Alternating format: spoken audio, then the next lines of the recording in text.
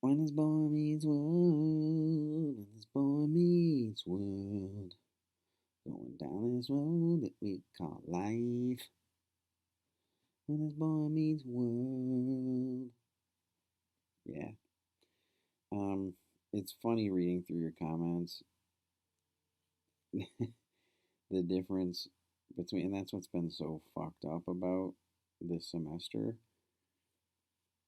is that the in-person people are seeing it and we're talking about it, you know, from a very specific point of view that in many cases runs counter to what the online people are getting from the episode.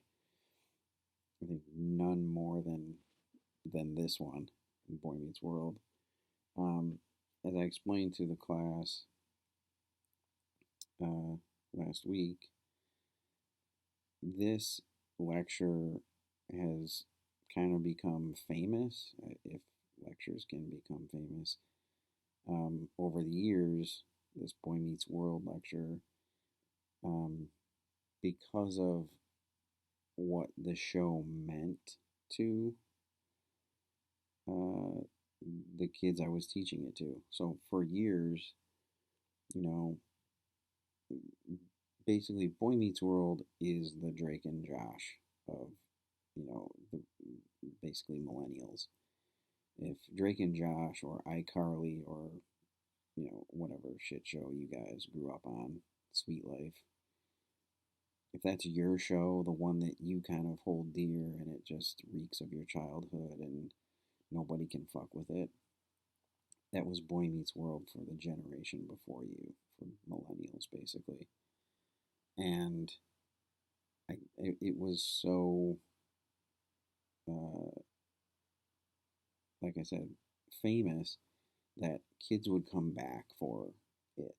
Like students would graduate and ask me to tell them when I was teaching, doing the Boy Meets World lecture, so that they could come and sit in and contribute to it and like be a part of it. Um, that happened. That has happened more than uh, more than 5 times. That has happened. Um, and this is not me being like, yeah, I'm so awesome, tooting my horn. It's just I need you to understand the impact that this lecture used to have. Um,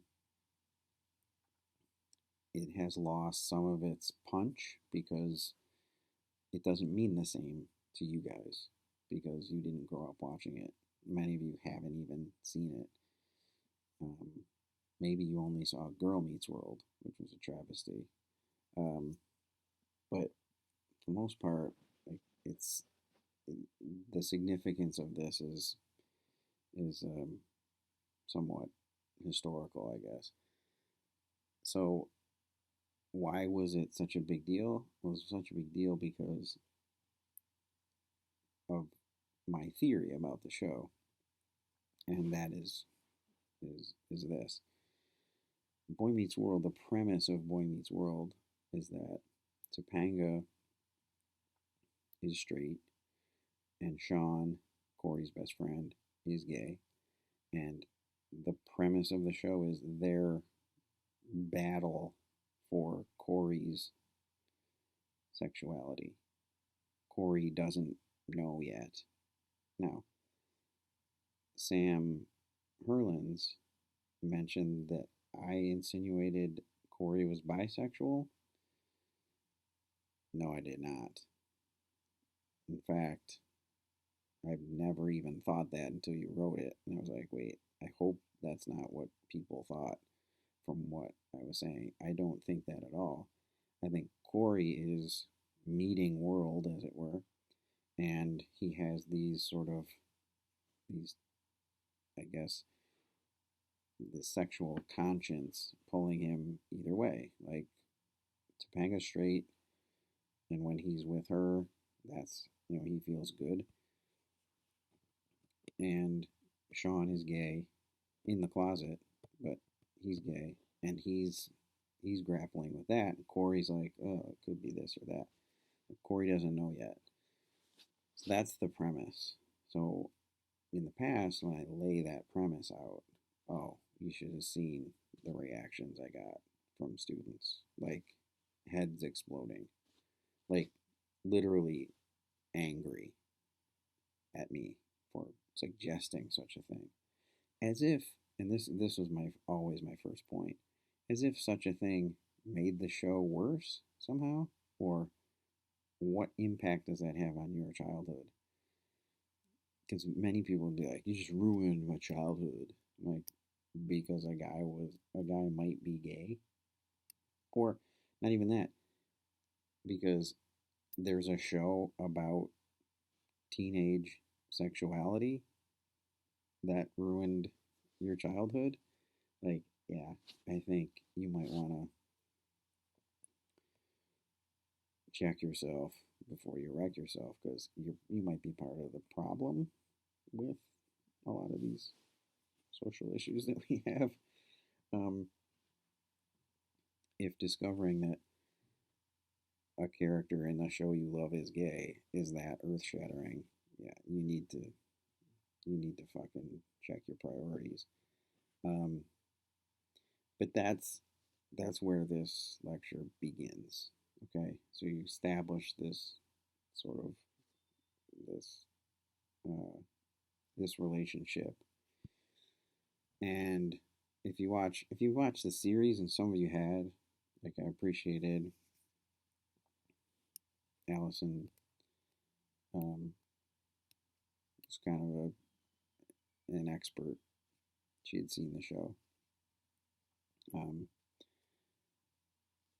I think all this stuff that I'm about to say bears out over the course of the series. It's not just this episode. Like, they play on it a lot, and I think it's the it's the premise of the show. Um, so typically you go through the episode and say, okay, so if you if we're following this theory, what happens in this episode that might contribute to that theory? And I'm just going to list those things for you now, and you can decide whether you think it's accurate or not. Um, so the battle for Corey's sexuality. It starts with Sean. It's like Sean's kind of the more pivotal figure in all of this, because it's never mentioned that he's gay or that he's, you know, it just they just suggest it, and they don't even do that. It's not even about that. But you have to think about this. This was the cornerstone of TGIF, ABC's TGIF lineup in the mid to late 90s. So, okay, you couldn't have an openly gay character on ABC on Friday nights in prime time during the Thank God It's Friday family sitcom lineup. You couldn't do it. You know, Disney owned like the whole thing. So if you were going to do it, it would have to be done over covertly, basically. Um, now this did this did come during a time of, as we talked about the whole week, a time of sort of, you know, I don't want to say sexual awakening in terms of how we view and discuss and represent sexuality on TV, with the Seinfeld episode from '93, with this episode from '96, with Ellen coming out in '97, with Will and Grace in '98. Like, there's clearly a surge in the '90s towards, you know, at least acknowledging and embracing different sexual orientations on TV. So it would make sense that ABC wouldn't be at the forefront of that, but it would be part of that movement in any way it could. Um, so Sean, here's a small little nugget for you. Sean's family life is rough. Broken home, dad's kind of a loser. His mom, I don't even know what happened to his mom. So that, and it's like many psychologists say, that can contribute to um, homosexuality, or being confused about things like that. Um, and so he, in one of the seasons, he has an opportunity. The Matthews family, Corey's family, offers to, hey, you can live with us. Like, we'll give you. He's basically one of their own. Like, we'll treat you like our son, and you can live here. And that lasts maybe 1 or 2 episodes where he lives with them because he has to share a room with Corey. And like, after the first or second night, he runs away from the Matthews family. This family that was trying to help him and was literally giving him things that he never had or he could never get. Family and a house, a home, food on the table, all this kind of stuff. And he runs away from it. Now, my theory is it was because he couldn't deal with having to face his sexuality. Like, being this close to Corey in close quarters and sharing the same room was too much for him to, because there was nothing standing in the way. And that opens up this whole thing about Topanga. So now they're broken up in this episode. And this is another contributing fact. Like, Sean is obsessed with, like it's off-putting how obsessed he is with Corey being with someone, anyone, at this point. Why? Because if Corey's not with anybody, Sean is left to his Sean is left to confront his own sexuality. I think he knows he's gay, but he is afraid to admit it. He's afraid to come out of the closet. Is afraid to, reveal this to Corey, like his best friend. Like, there's a lot going on there. So he can't live with him, and he insists that he be with someone else. Like, it's weird and creepy that he's like, you have to kiss her, you have to kiss her, you have to be, because if he doesn't, you know, that's, yeah, there's, Sean will have to come to grips with his own sexuality. And in all of this, in most of this, Corey's sort of clueless. This is all happening unbeknownst to him. Um, yeah. So yeah, Sean needs not only needs Topanga and Corey to be together, but just needs Corey to be with someone rather than face his feelings for him and his true sexual orientation, things like that. There's a lot of people bring up this. Yeah, like, I think it's the subtext of this show that makes it valuable as a lens through which to view like teenage sexuality and theories like mine. Because yeah, they do a lot of the little cheap, kind of cheeky jokes, like Sean says, "I think I lost you, man." Like, that's obviously like, oh, ha ha ha ha, right? Now I've lost him again. He says it later in the episode and that whole thing, and it, like, I call it the Scrubs defense. A lot of people will point to Scrubs and say, well, what about JD and Turk? Like, their whole relationship, they basically invented the bromance, and you're not saying that about them. And I'm like, no, I'm not, because that whole thing is about gender, not sexuality. And it's the butt of the joke, right? They're making a joke of the whole idea of of gender and things like that, and the bromance and all that stuff. It's not a joke. In Yeah, they have those surfacey jokes to sort of keep you off the scent, but what's happening underneath it with some of the themes and the storylines and narratives of the show, it's not the butt of the joke, right? Um, so it's coded in such a way as to look like just any other sitcom, but what's happening for real underneath is uh, is much bigger, and I'll come back to that. Um,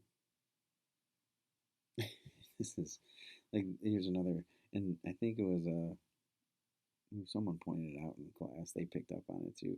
It was a good mix in class on last week because some people had seen it and some people had never seen it before, so they're getting this. So when and I'll explain that in a minute too. Um, but somebody mentioned like one subtle indicator that they're gay is when they when Sean just determines that they need to go on a double date now, like immediately, just to sort of again put some distance between him and his feelings. We need to go on a double date, and Corey's like, okay, what happens? He literally turns around. The first two girls that he sees, he goes, hey, you two, you want to go on a double date tonight? And they're like, yes. And they're like, okay. And then they walk away. A scenario that has never happened in the history of human beings happened. Now, why? Oh, it's a sitcom. Like, I'll tell you why. The girls were like, yeah, let's go out with the gay guys. It'll be fun. We'll get a free movie. Like, they're not threatened in any way. It's not creepy to them in any way because they're like, those two are not a threat. Um, they're going to be doing their own thing. Like, that's the kind of stuff that even me saying it sounds cheeky, but I really don't think, I think there's something there, right? Just getting dates instantly. And again, Sean's insistence that Corey make out with this girl and you have to kiss this girl like that, it gets weird. Um, and Sean classically overcompensates for and um, by being the ladies' man, right? A lot of gay men hide behind that when they're, confused or uncomfortable or afraid, whatever it is, to be themselves and come out. And um, a lot of times that's what happens, this overcompensation. And if there was, I mean, who has overcompensated more in the history of TV than uh, Sean Hunter? Nobody. Um, and it just really, like, I think that's going on here too. Um, the Turner. So Turner, Mr. Turner's the teacher, the young kind of hot, sexy teacher with a sweet mullet, wearing lots of denim, who rides a motorcycle and is a swinging bachelor basically. He's a type too, and I told the class like if you go back into the '70s, which Happy Days, maybe you've heard of it. It was a show about the '50s that was on in the '70s. I grew up on Happy Days, and the Fonzie was this, you know, is a legendary TV character, and he was legendary for being super cool, right? Motorcycle, and always had chicks. Like that was his thing. Always had chicks, but his office was the men's room at Arnold's, which is this shitty restaurant that everyone hung out at. And he lived by himself in an apartment over the Cunningham's garage. And TV scholars have discussed his sexual orientation for years, and it's kind of known the Fonz is a sort of gay icon. Surprise, surprise, Turner from Boy Meets World is a Fonzie clone, right? He's a 90s Fonzie. Like I said, mullet, denim, fucking, he's he's cool and motorcycle, and all the girls are like, oh, Mr. Turner. Surprise, no surprise. It should be no surprise to you that when Sean's home was broken and he couldn't stay with the Matthews, he's taken in by the sort of gay mentor in Turner. He lives with Turner at his apartment.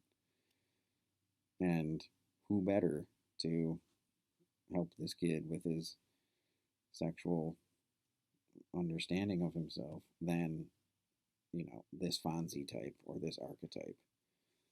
Okay, so you just have to take my word on that if you haven't seen any Happy Days. The Turner factor is real. Sean obsessed with Corey hooking up. Sean can't live with the Matthews. There's the scene when Corey catches Topanga kissing the other guy. Pinch me, so I know it's real.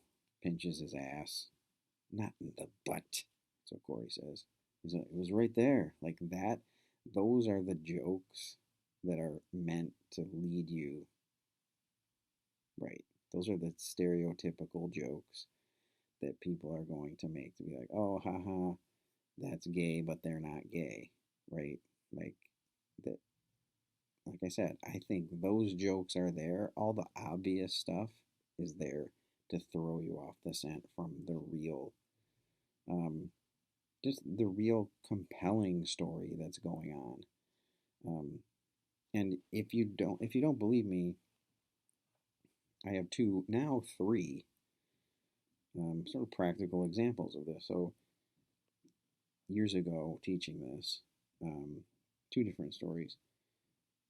In one class, there's a kid named Vance who I had known for a year or two before. He had taken my classes, we had talked, and he told me that he was gay. So I knew that going in. So we're watching this episode, and I start the lecture, and I'm talking about it, and I keep glancing over to him, sort of as like, "Hey, Vance, are you gonna chime in here with your thoughts?" Hoping that I'd have a gay witness or something. And, finally he wouldn't say anything. He was just sitting there. 5 minutes left. I'm like, Vance, seriously? You're not going to chime in here? And he's like, oh, sorry. He's like, okay, yeah. I've never seen the show before. And within the first 5 minutes, I knew Sean was gay. Take that as you will, right? But that was his, and everyone kind of laughed, and he was like, "No, you can feel it's easily identifiable." And he was, as someone who was in the same position, at that age, right? And then sort of a follow up to that was last week. Ryan Molieri said the same thing. I turned off the episode and I gave my little intro about how legendary this lecture was and how it changed people's lives ridiculously. And I laid out my Sean is gay, Topanga straight, battle for Corey. And this big smile on his face, and he raises his hand. He's like, within the first 2 minutes, I texted Sam, who's sitting right next to him. I texted Sam and said, "Oh my God, this guy is in love with his best friend or whatever. He's totally gay." Blah blah blah. So there it is from, because it would be easy to be like, oh, shut up, Ryan. But you have it from these two different perspectives, kind of the same. And my other story is a kid named Ben maybe a couple years after Vance, Ben was in the class and start my Boy Meets World lecture. I see him and he's like, I mean, he is into it. And eventually he raises his hand. I'm like, yeah. He's like, I'm so glad that you brought this up because he was gay too, and I knew that he was gay as well. Um, and he explained he talked for a couple minutes about how whether it's there or not, whether it's real or not, for him, someone who was 13, middle school, struggling to come to grips with his sexuality and embrace it, and how, what are people going to think, and what are my friends going to think, and can I do this? And he's like, it was comforting to see it being played out on my favorite TV show.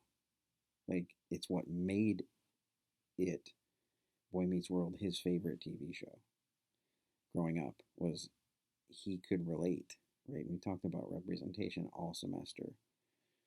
And this was a way for, I mean, and he wasn't alone. Like, even straight kids, I think, go through those kinds of feelings and things like that. So Ben talked for a while, and he would actually be one of the people who came back to actually basically, help me uh, with this lecture.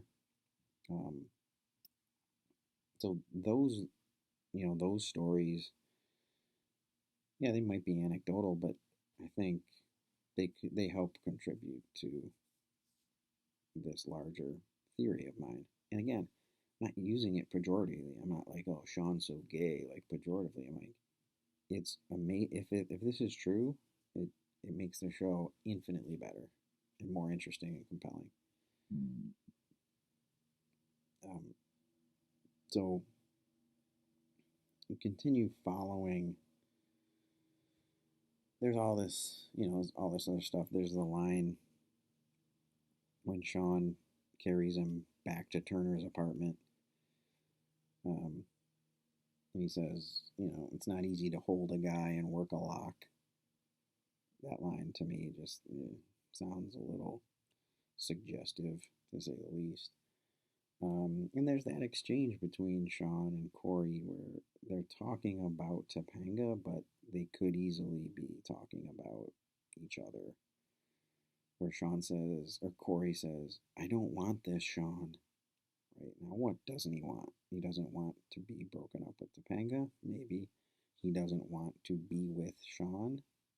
Maybe he doesn't want to be torn between the two. Who knows? But that's certainly written in a very specific way to hint and point to one or the other, depending on what lens you're viewing this through.